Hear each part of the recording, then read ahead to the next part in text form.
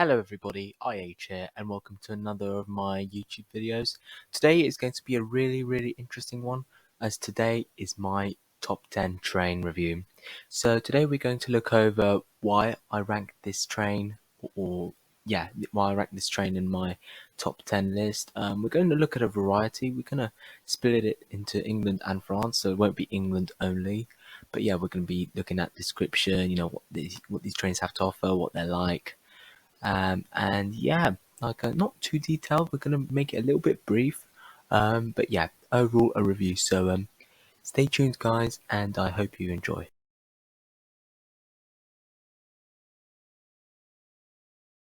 Okay, to kick things off, we're gonna start with the train at 10th. So we're gonna start from 10th and work our way up to the first one. Okay, so this is the Class 345 Bombardier Adventure in TfL Rail livery at London Paddington. I think you can probably tell that the image quality isn't as great, courtesy of Wikipedia. It's just a downloaded image, so we'll just use that at the moment. But anyways, I'll tell you a bit about it. It's got a top speed of 100 miles an hour, and it's operated on the Great Western Main Line and the Great Eastern Main Line, and will soon enter service in the Elizabeth Line. So that's the Crossrail sometime in the early part of this year. They haven't said a specific date, but anyways, yeah. It looks like one of those standard commuter stopping services. And I've had a go on riding on this train a few times, down to Reading. And it's the reason why I've ranked it 10th is a few things. So it's 10th because it's got really good acceleration. The acceleration thing is insane. It's it reminds you of an underground train, and because of the fact that it reminds of an underground train, it has not a really ideal seating arrangement. It has 2+2 seating here and there. So um, some family seats don't have tables. Actually, all family seats do not have tables at all, so you can't put stuff down. I don't think there's any electric chargers, so no sockets, so you can't charge your phone or laptop or whatever. And there's no toilets. So yeah, if you're stuck on a train from Paddington to Reading, for example, that takes almost an hour. So yeah, it's not really ideal. And I'm not really much of a fan of how the train looks like. It looks okay, but yeah, I'm not really much of a fan of slow commuter trains. But yeah, no, this is 10th mainly because of its acceleration, decent top speed, and reduced journey times. It replaced it replaced Class 317, Class 319, and on Greater Anglia. I'm sure there's a few you can name them.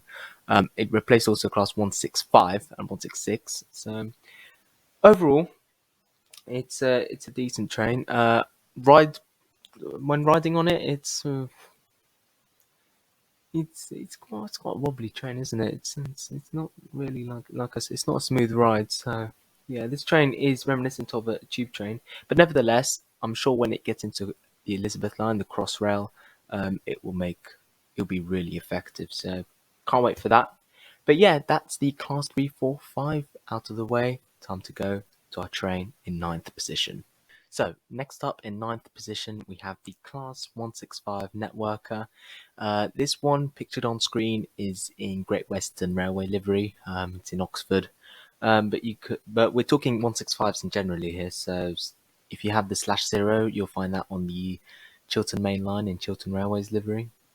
But anyway, a bit about this train. The 165/0 can do 175 miles an hour, and the /1 can do 90 miles an hour. And they consist of pretty short 2-3 car sets, so not long at all. That's possibly due to the fact that they run on diesel, so it's probably more sustainable to run them in service as a 2 or 3 car formation.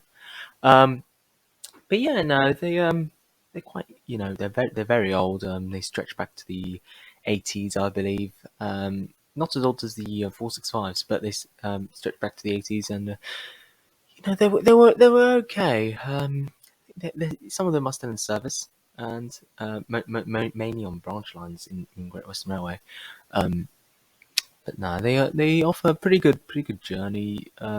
times. Haven't got good acceleration, and they're a decent British Rail stock train. So they've got Wi-Fi. It's got decent seatings. Some of the 165s have first class in them, so that's not bad at all. I've been in the seats, very comfy, very comfortable.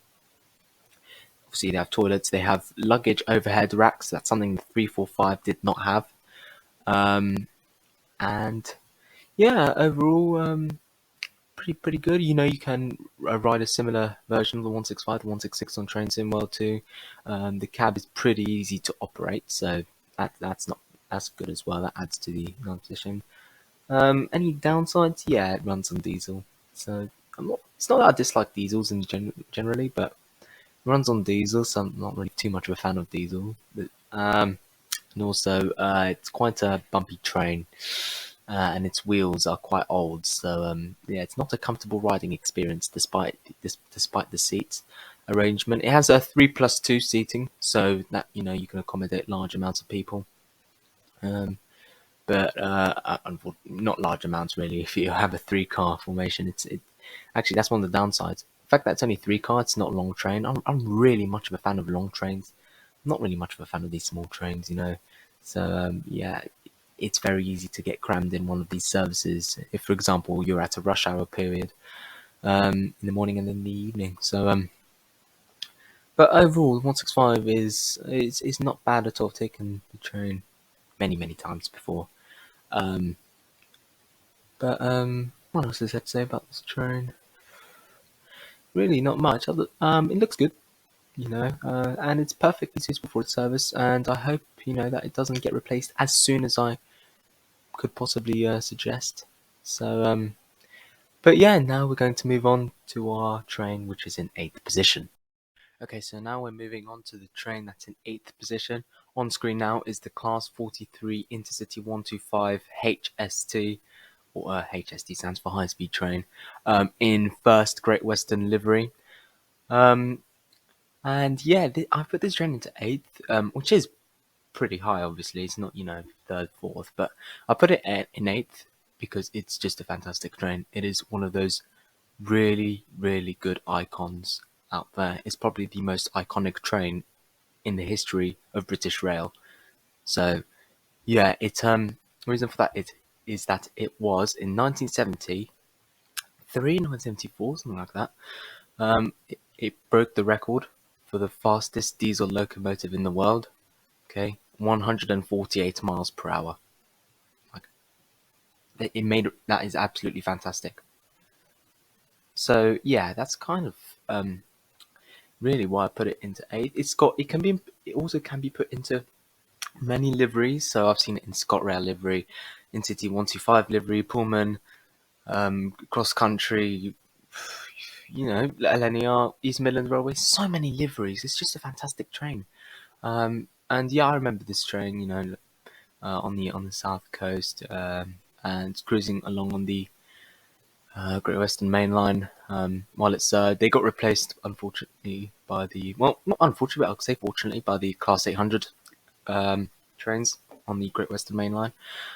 So yeah, in service, top speed of 125 miles per hour. They have a really slow acceleration. It's an old diesel vintage locomotive. And yeah, it is the locomotive. Class 43 is just the locomotive. The train itself is considered Mark 3. Usually with 43s, you have Mark 3 coaches.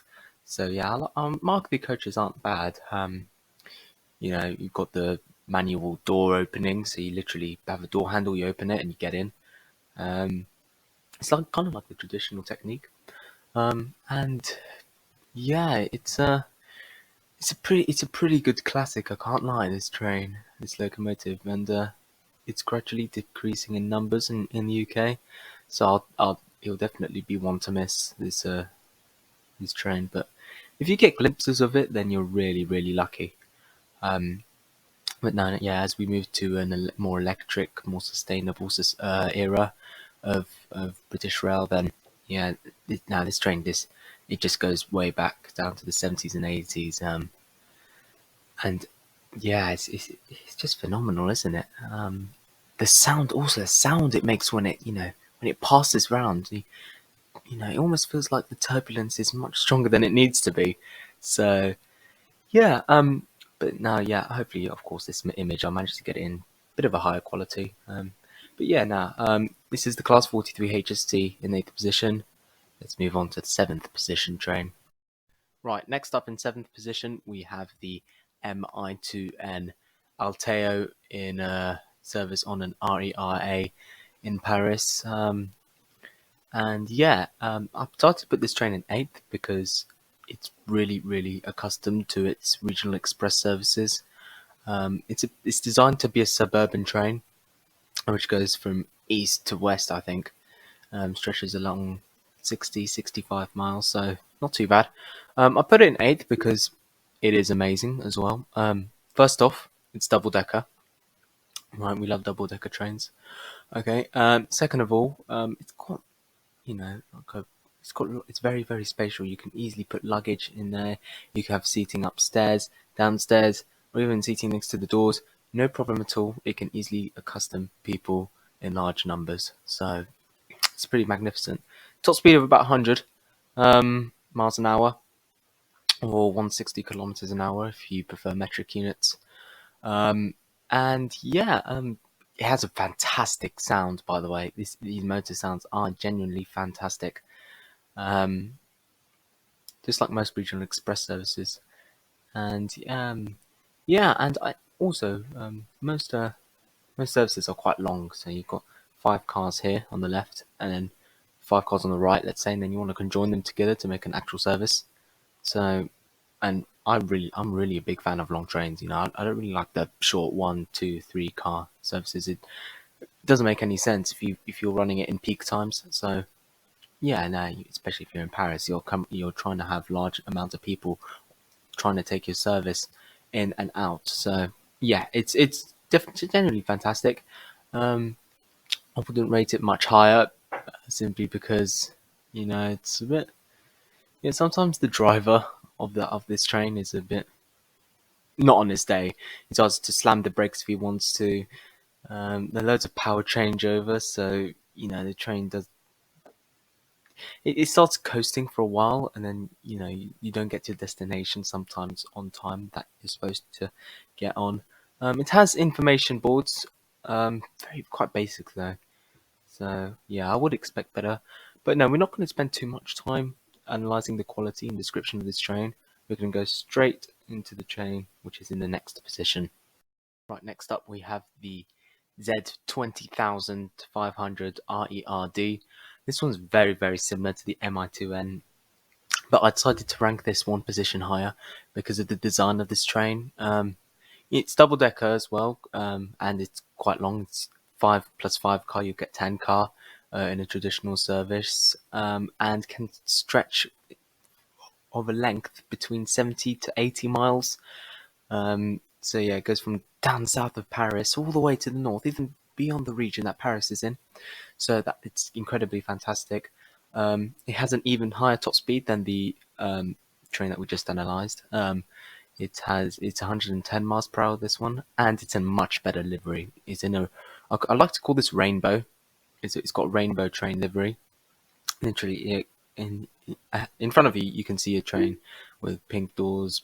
It's got blue doors, orange, green, and it's got another livery as well, which looks absolutely fantastic. It has colourful seats as well inside. It's a bit more spacious and has a much more enhanced information board. But yeah, so that's probably why I decided to rank this sixth or fifth. I don't know where we're at now, but yeah, the one higher than the one last time. So yeah, that's basically all the detail for this train. We're now going to be moving on to the train in 4th or 5th position. Okay, so now in the train, which is in 5th position. Sorry if I lost count. This is the Class 800 IET. It's called IET because it's in Great Western Railway livery. Um, I know it's a bit too late now, but this train should not be 5th. In my 5th, I'll explain why later. Anyway, to start off with, this train is pretty good. Has a top speed of about 150 150, something like that. 140 or 150, but service top speed is 125 miles per hour. That can be done on the East Coast Main Line, on a couple of lines as well when it's in TPE, or on the Great Western Main Line, Thames Valley Line. Okay. Um, it's pretty okay. It looks nice. Looks like a very typical Japanese train. 5 car, so moderately short. Um, one consists of one door, two plus two train seating, sockets. It's got overhead racks. It's fitted to be like a modern Japanese high-speed train, which operates here in the UK. And yeah, it is possibly the fastest accelerating high-speed train in Britain. It is when this thing accelerates, you'll hear it when you're inside. So when you're in the train, you'll hear this thing accelerate. It's like its motor sounds will definitely make you feel like you're accelerating at a very, very fast rate. Because yeah, it does have very quick acceleration for a high-speed train. Um, and yeah, it offers pretty quick journey times. On the Great Western Main Line, they replaced the Class 43, which we talked about earlier. They reduced journey times from Reading to Paddington by about 10 to 15 minutes. So let's say we're going from Slough to Paddington. Okay, if we took a Class 43, that would take 20 to 25 minutes. 20 minutes, let's say. Okay, that's quite slow for a journey that's 17 miles, and you're going to go at least 125 miles an hour. Well, up to actually. Now, if I take the Class 800 on the same distance, so 17 miles between Slough and Paddington, it would take me 12 to 13 minutes. It would take me under 15 minutes, simply because of the acceleration. So, yeah, however, it's got two problems. One, it's got cracks. Now, most of you would have heard this in the news quite a while ago. That Class 800s, due to stress, corrosion, and maintenance, they've got cracks in them, which make them quite unsafe. So, yeah, most of them have to be taken out of service and to be retested and reserviced and repaired, most of all. So, take for example the Great Western Main Line. They had to be replaced by Class 387s running on the fast lines. We'll talk about 387s later. So I basically just gave away a hint there. And yeah, that's one thing. So they're unreliable. Second of all, well, Class 800s, like when you're going up top speed, 125 miles per hour, okay, they rattle a lot. They're uncomfortable. They're not smooth. It's, for example, if you want to sleep in the train, like for example, you've had a long day and you just want to doze off or something, like you'll easily get woken up. It's not a smooth ride. It doesn't offer a smooth ride at all, and that's many things that not just myself, many other passengers would talk about this train if they were to, give a proper review. Yeah, now we've talked a lot about the Class 800. It's a pretty good train, apart from two problems. I should be putting it lower, but that will do for fifth position. Will do for now. Let's move on to fourth position. Okay, so now moving on to the train, which is in fourth position. On screen now, well, most of you, if not all of you, will be able to recognise this train. This is the Class 465 in Southeastern blue livery. And I decided to put this fourth for quite a few reasons. So let's get into it. Class 465, top speed, 75 miles per hour. So not a lot at all. It looks absolutely gorgeous. This thing, it's probably one of the best looking trains I've ever seen in my life. Absolutely fantastic. Yeah, if you look inside, I've never been on one, but I've had a look at, reviews and stuff. So if we go inside the train, you'll find pretty good seating arrangement. You've got first class at the front and the back. And there's a lovely electric stable sound. I don't know what it's called yet, but I'm trying to find out. I don't think it's the compressor, but it sounds absolutely fantastic. It has insane acceleration, the fastest accelerating electric train which runs on direct current. And direct current in British Rail is obviously referring to third rail, so no overhead wires. But yeah, absolutely fantastic. Sounds like the Jubilee line on London Underground, because they use the same motor, the same Alstom GEC motor. Although some 465s do have that old Hitachi motor, and some of them still use them now with non-regenerative braking. So yeah, that is pretty good. And this train is I've had to go on it on the simulator. You know, it's just generally fantastic. Basically, the look, how it's like, and generally, yeah, I'd love to ride on one. I can't really lie. I'd love to ride on one. It's fantastic.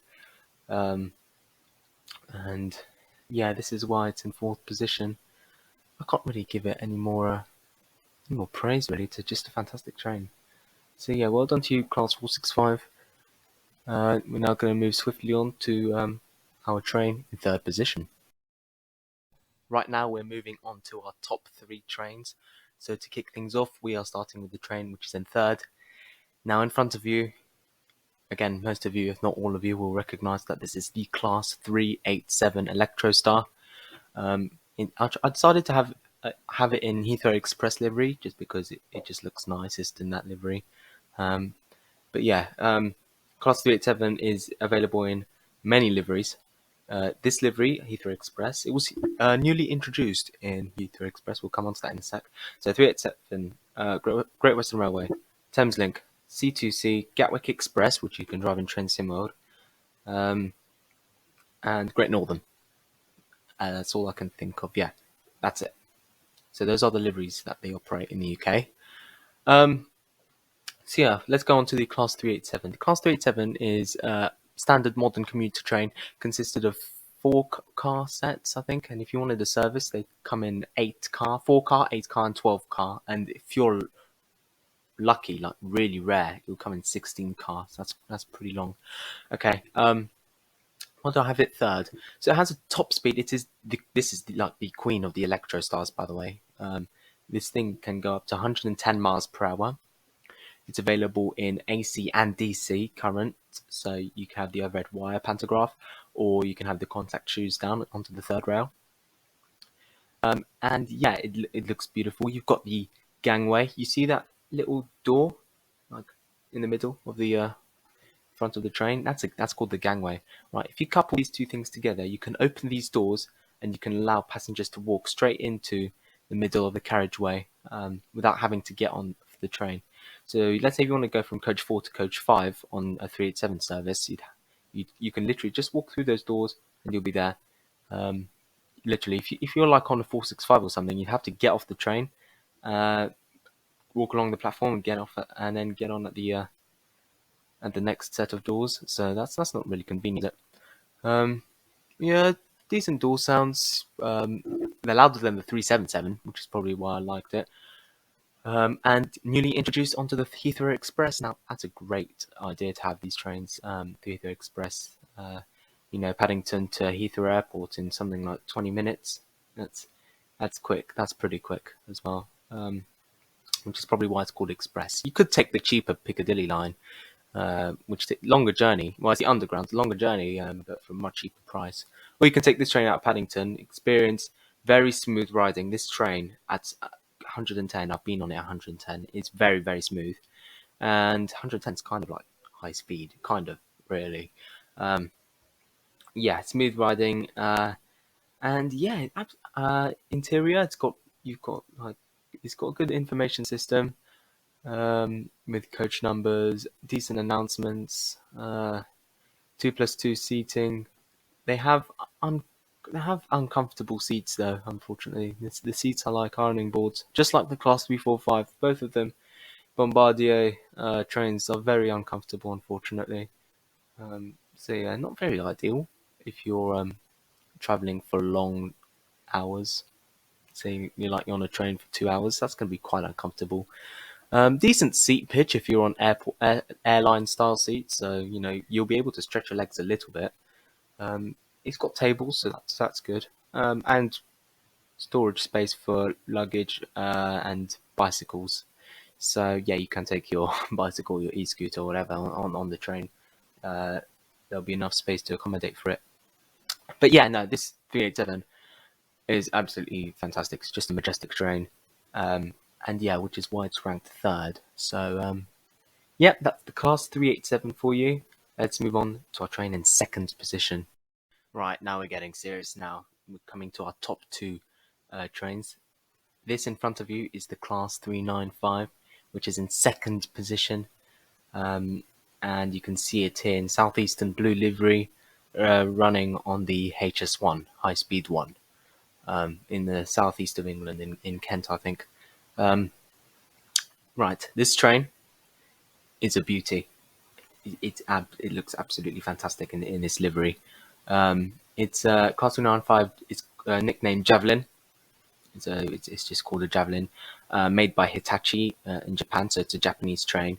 Um, it has a top speed of 157 miles per hour, and the fact that it runs on high speed one makes it the fastest domestic train in Britain. That runs the fastest domestic train in Britain that runs on service speed. Okay, because service speed on high speed one is 140 miles per hour for this train.